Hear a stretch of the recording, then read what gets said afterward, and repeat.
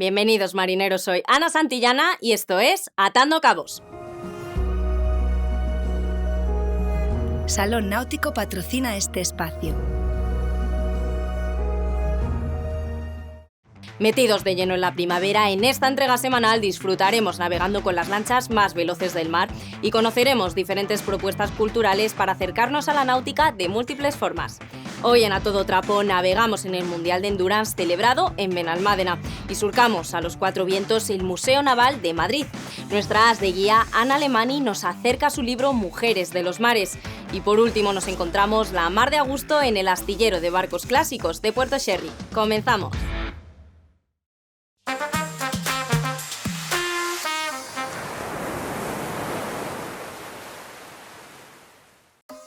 Málaga acogió las lanchas más veloces de toda la motonáutica en el Mundial de Endurance celebrado en el Puerto Deportivo de Benalmádena, una competición que durante 2 días surcó a todo trapo las aguas de la Costa del Sol y que atrajo a tripulantes de múltiples nacionalidades a nuestro país.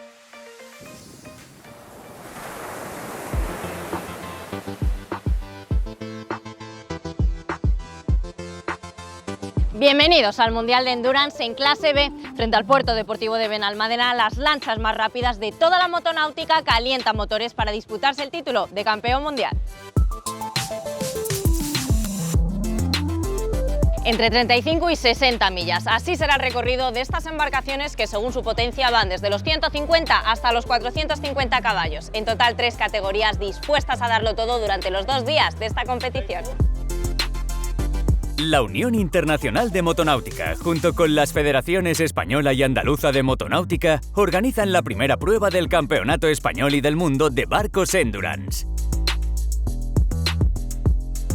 Una competición internacional que se celebró en Benalmádena con el apoyo del Ayuntamiento, Puerto y Club Náutico de Benalmádena, además de la Junta de Andalucía.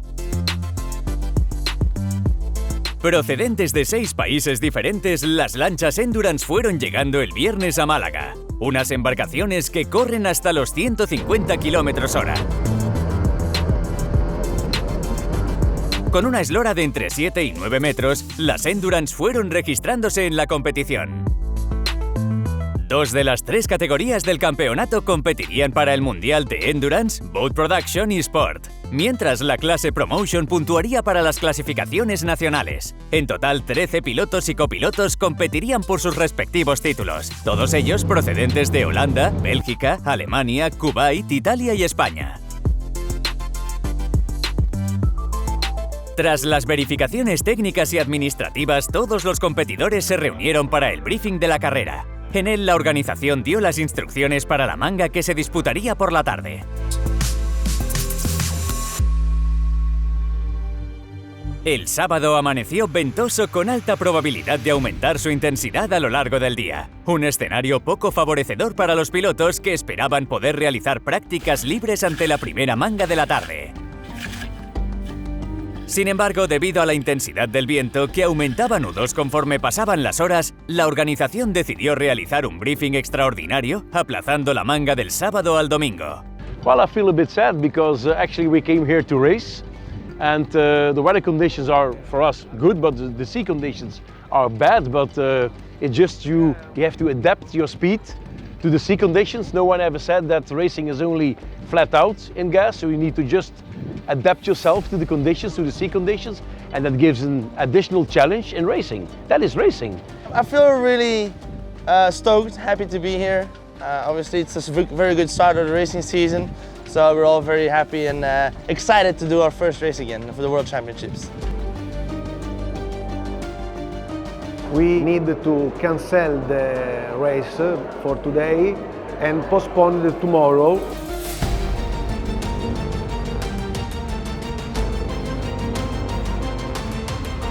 Tomorrow the conditions will be completely different.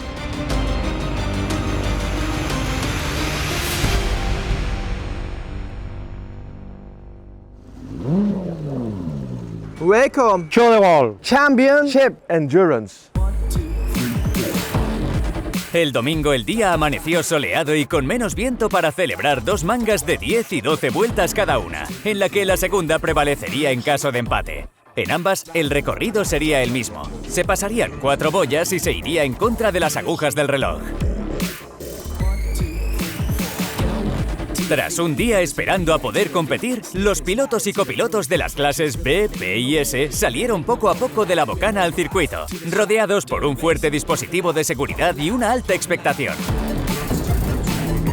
Iniciada la carrera, los pilotos comenzaron a posicionarse en el agua, hasta que los italianos Valentino Basile y Fabrizio Del Pozzolo, de la clase Boat Production, tuvieron un accidente por el que cayeron al agua. Gracias a la rápida actuación de los efectivos, los pilotos regresaron a puerto sanos y salvos y la lancha se pudo recuperar. La clase Promotion, que solo calificaba para el campeonato nacional, contaba con 3 lanchas pilotadas por españoles que llegaban hasta los 150 caballos. Los primeros en llegar fueron Sergio Gómez y Fernando López, que completaron las 10 vueltas en 34 minutos y 43 segundos, llegando a sumar la máxima puntuación, 400 puntos. La primera hacía un poquito más tranquilita, estaba el tiempo más normalito y hacíamos bien, total. La segunda ya ha sido espectacular. Con una vuelta de diferencia, los ganadores en la clase B fueron los belgas Bobby Bertels y Nico de Stoop, que en solo 33 minutos completaron la manga. De este modo sumaron el máximo número de puntos posibles, 400. It was very surprisingly good. It was a good battle. Obviously we had to restart, which had a little bit of a conflict going on. To be honest with you, we were stressing out a little bit because obviously you don't really know what other competitors are going to do today. So it was all a big question mark in the beginning, but eventually we had a good start. Once we had a good start, we had to take the restart, obviously, and everything had the capability of pushing the field back together, which was a very stressful moment. Primeros y con casi 2 minutos de diferencia se clasificaron los belgas Francis Notschelle y Nico Bertels, que sumaron 400 puntos completando sus vueltas en 31 minutos y 56 segundos. The first heat was actually we had a very nice sea condition, so it was really nice to race, and we had a lot of competition going on with the guys from Albatros. So it was a hard fight, but it was. You know, after a hard fight, it's always nice to get the victory. So it was very nice. Con un viento que seguía aumentando su intensidad, toda la organización salió al mar para poder realizar la última manga de este campeonato, que contaba además con una gran expectación. Repitiendo la misma posición que en la manga primera, Fernando López y Sergio Gómez llegaron a meta primeros en su clase. Una carrera perfecta cuya suma les otorgó los 800 puntos de la victoria. Muy bien, ha sido la competición muy disputada, sobre todo con el número el 46, el barco este que son gallegos, ha puesto un poquito la cosa fuerte. Las lanchas Endurance en clase B mostraron un mano a mano muy interesante a lo largo de las 12 vueltas de la segunda manga del domingo. Una competición muy reñida que hasta el último instante no dejó entrever a los ganadores finales del campeonato. Los hermanos holandeses Jankes y Paul Corland, tras reparar su motor desde la última competición en Bayona, se quedaron a las puertas del oro sumando 600 puntos generales en el Mundial.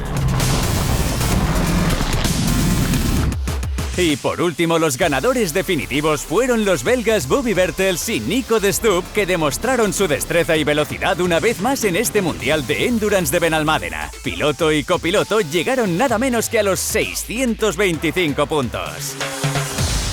We didn't take the lead in the beginning, but we know the race is 10 laps. 10 laps, it's an endurance race, obviously. So the race is not being pointed by one straight, it's being pointed after 10 laps. So we took a win after a while, just cruised along, and then obviously we took the win today. La clase reina del campeonato dejó el listón muy alto para las siguientes competiciones. Los belgas Alain Coppens y Jury Van Leer quedaron desclasificados sin llegar a sumar ningún punto. En segundo lugar, repitieron los italianos Cristian Cesati y Matteo Berardi, que sumaron 300 puntos. Una actuación deportiva muy competente que, sin embargo, no se acercó a la de sus contrincantes directos. La victoria absoluta fue de nuevo para los belgas Nico Bertels y Francis Notchel, que una vez más demostraron su dilatada experiencia. Llegando a los 800 puntos, el oro fue para los de Bernico, que declaraban esto. It's difficult when you have your first race into the season because you never know what the competitors have been doing during the winter. So it's always, you're always very nervous and you're always very precautious on the first race. But it was actually then very nice to see that we were so competitive with the other ones, and that was really nice.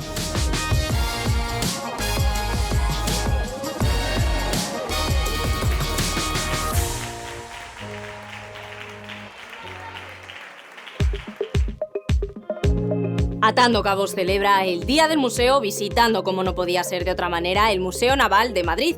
Recorremos la historia náutica de nuestro país a través de 3 obras escogidas y conocemos los secretos del museo, su organización y las actividades que realiza. No os lo perdáis. Con motivo del Día del Museo celebrado el 18 de mayo, el Museo Naval abre sus puertas a Atando Cabos.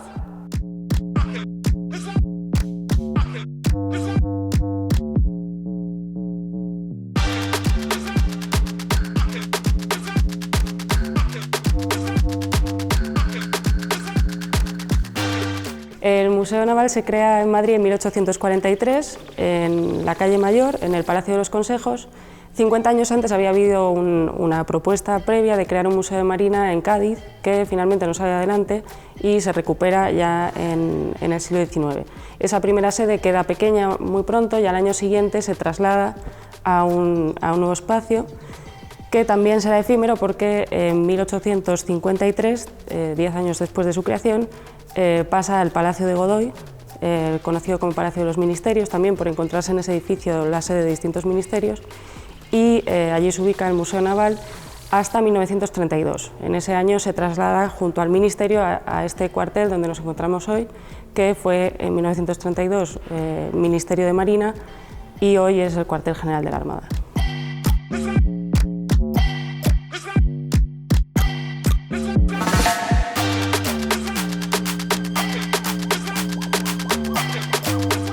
La Carta de Juan de la Cosa es considerada la pieza más importante del museo porque es la representación gráfica más antigua que se conserva de América.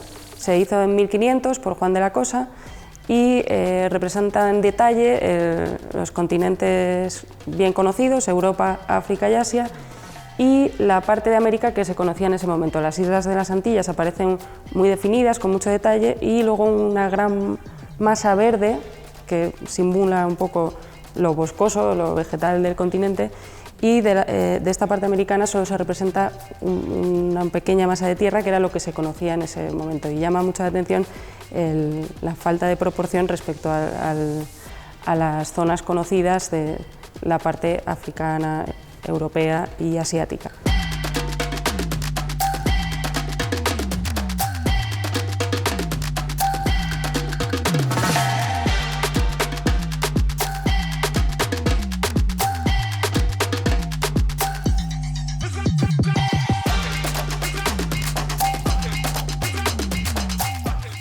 Pues para destacar algún barco, ya que estamos en el Museo Naval, os invitaría a ver esta pieza, que es el galeón flamenco.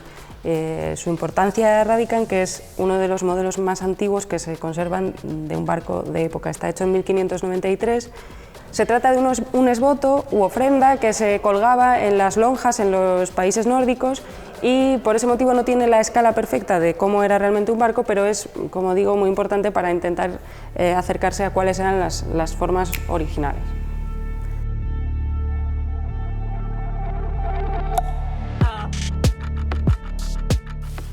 También os puedo contar que tiene una pequeña inscripción en la parte baja, que es la que informa de que se trata realmente de un esboto.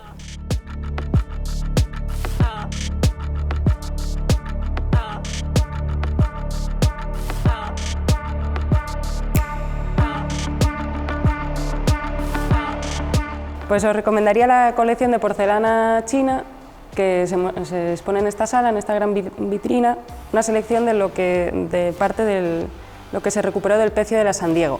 La San Diego era un galeón de Manila que hacía la ruta entre Filipinas y España, y como parte de su cargamento llevaba esta colección de porcelana china, que es otra de las piezas más importantes de la colección.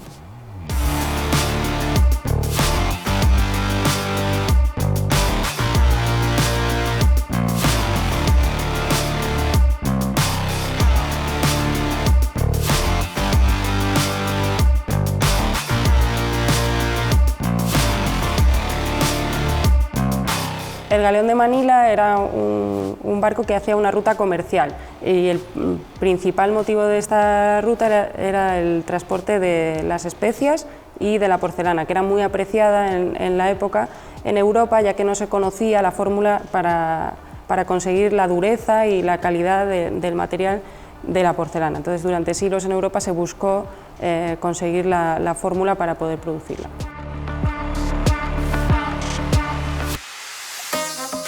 Nuestra as de guía de hoy es Anna Lehmanni, autora de Mujeres de los Mares. La escritora nos visita a Plató para contarnos las realidades de deportistas, científicas y aventureras que han hecho del mar su razón de vivir. Un título que recoge historias apasionantes con nombres propios de mujer.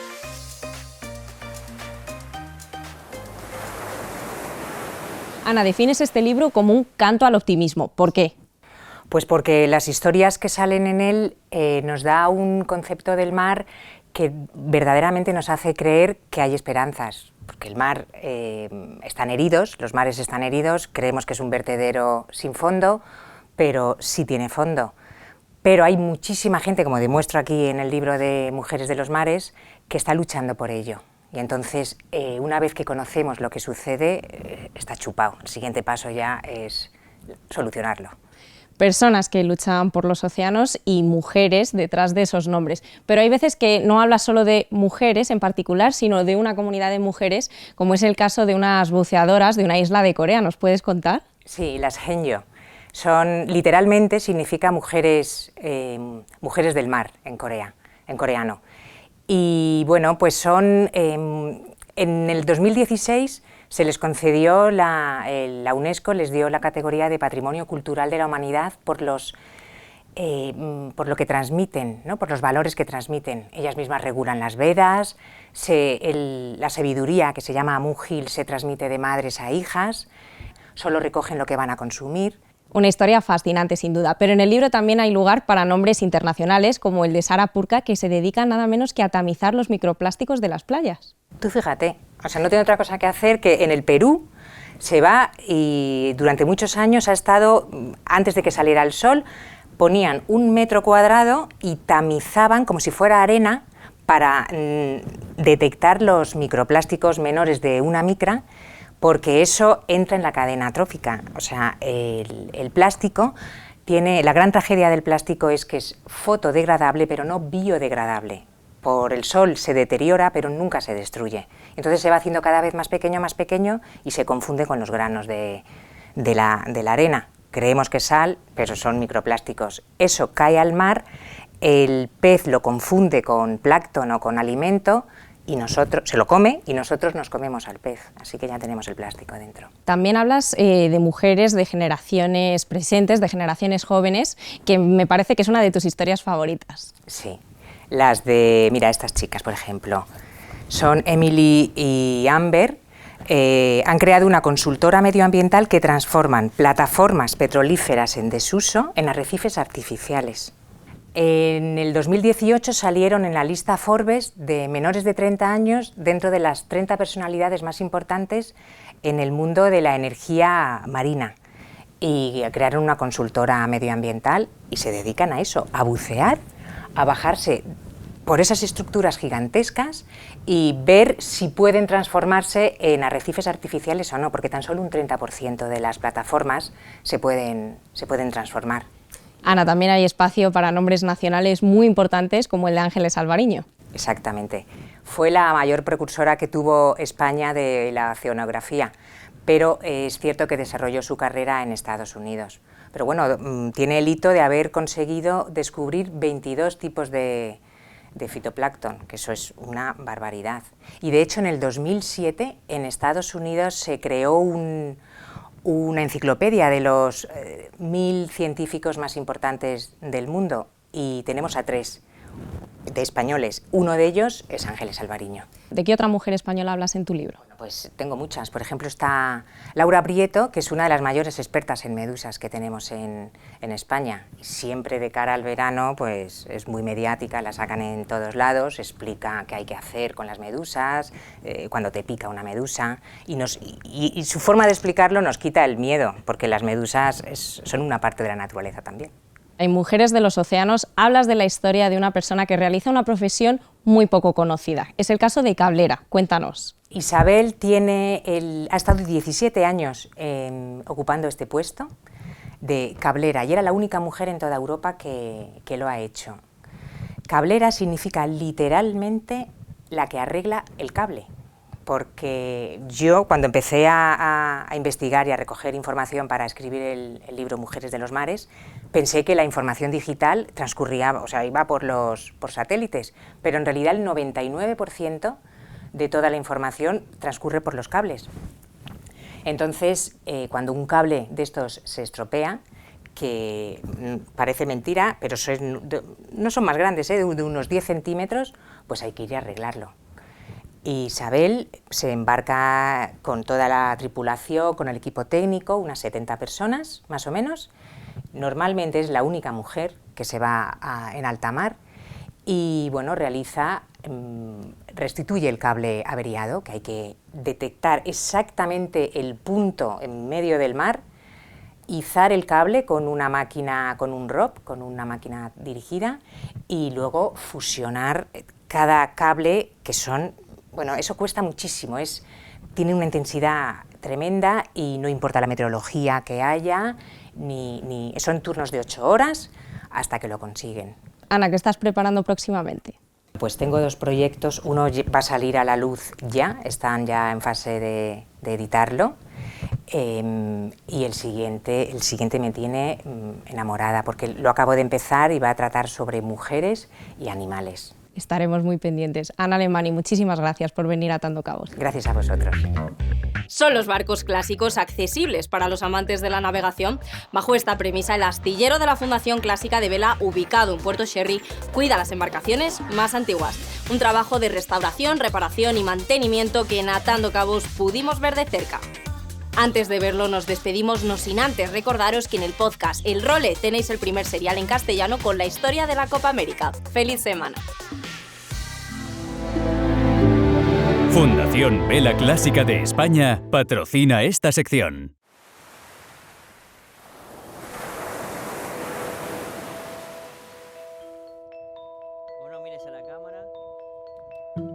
Uno de los objetivos de la Fundación es eso, la preservación de lo clásico y de patrimonio.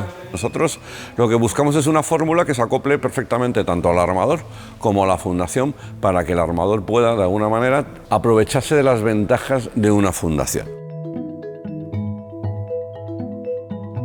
Se tratan de solucionar temas clásicos con materiales muy modernos. Para una nueva construcción vale, pero para una restauración hay que tener respeto por lo que se hace, para respetar el que hizo el barco como diseñador y el concepto que tenía para qué era y mantenerlo. En una primera parte los patrones estamos aportando dinero a la fundación para su funcionamiento. Los propios armadores de los barcos que están dentro de la fundación colaboran en el sentido de, bueno, pues están pagando por los trabajos tanto de mantenimiento como de arreglos y restauraciones de los barcos. Tenemos clientes que nos han dado su barco para que se lo arreglemos y lo restauramos, con lo cual eso es una fuente de ingresos y por supuesto a través de las donaciones de amigos y personas allegadas a la fundación.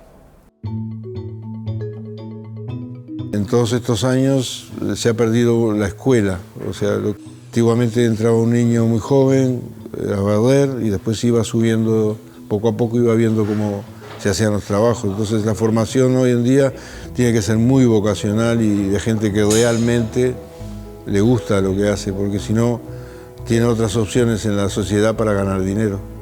Y en este se puede ganar dinero, pero cuesta mucho más.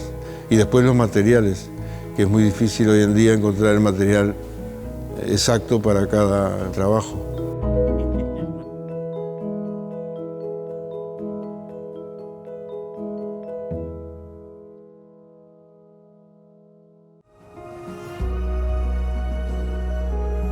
Salón Náutico ha patrocinado este espacio.